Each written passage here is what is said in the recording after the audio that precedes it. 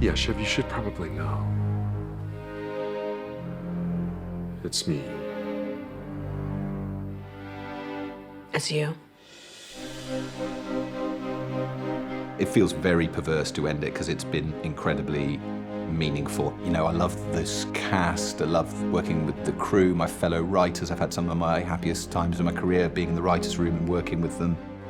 I'm quite a sort of softie, really. I like the family vibe we have around the show and the relationships we have. But one of the few things I'm able to be really tough about, I think, is protecting like the show and its integrity. And the more and more we discussed it in the room, the more and more clear it became to me that this sequence of Logan's death, the competition over whether to sell or not, intersecting with an election. Macon will be the next president of the United States. And then his funeral ended with the show ending. And once that became clear, I didn't really have any doubts. I had lots of emotional sadnesses, but it felt like, okay, this is how this show goes. Hey. Hey. Finishing production in Barbados, on the one hand it was magical, on the other hand it was so incredibly sad.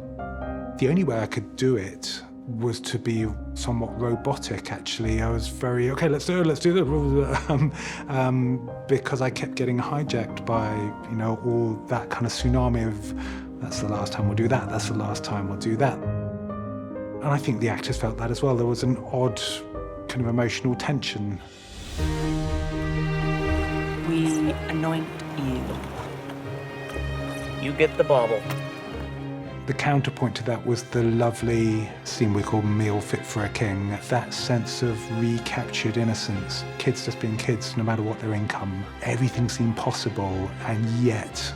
Wear your crown, sir. Oh,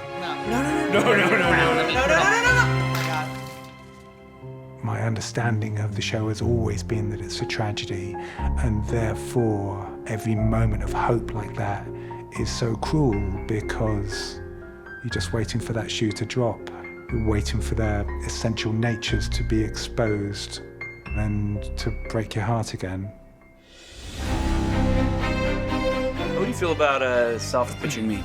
Yeah, I can sing for my supper. The idea of Tom being the eventual successor, that had been something that I thought was the right ending for quite a while now. Follow the boss.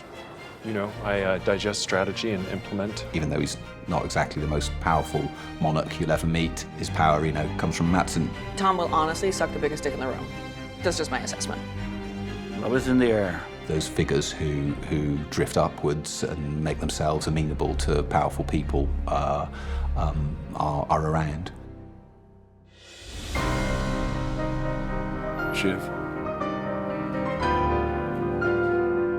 As with Tom's betrayal at the end of season 3, everything was always working towards this idea of Sarah's character of Shiv ultimately sabotaging herself, sabotaging the deal.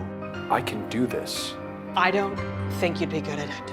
What? I don't even believe you. I don't believe you. Jesse kind of, I hate this expression, stuck the landing with this climactic showdown, if you like, between the three siblings. I love you, but I cannot fucking stomach you. The final ripping off of the bandage to expose that terrible, terrible truth so simply by Roman We are bullshit. was just such a heart-rending moment. We're nothing. And yet so inevitable, and that's, again, good tragedy should feel inevitable, shouldn't it? That it's the essential truth of those characters and the consequence of their nature and their upbringing. Everything led to that one moment, and so on that level it was perfect. It was perfectly painful. I've thought about all their stories. You know, they don't end, they will carry on. But it's sort of where this show loses interest in them because they've lost what they wanted, which was to succeed, which this prize that their father held out. In a reductive, brutal way, Roman ends up exactly where he started. He is that guy still, and he maybe could have easily been a playboy jerk with some slightly nasty instincts and some quite funny jokes. He could have stayed in a bar being that guy, and this has been a bit of a detour in his life, I'd say.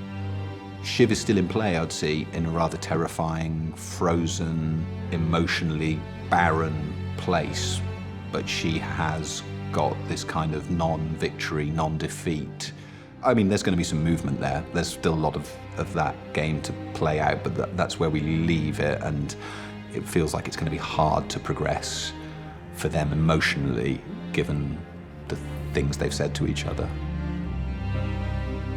For Kendall, this will never stop being the central event of his life, the central days of his life, central couple of years of his life. Maybe he could go on and start a company or do a thing, but the chances of him achieving the sort of corporate status that his dad achieved are very low, and I think that will mark his whole life. I don't feel like I'll be able to write anything as good as this again, because I just feel like it's an arena that I'm so interested in, and the group of people who've made it have been so talented.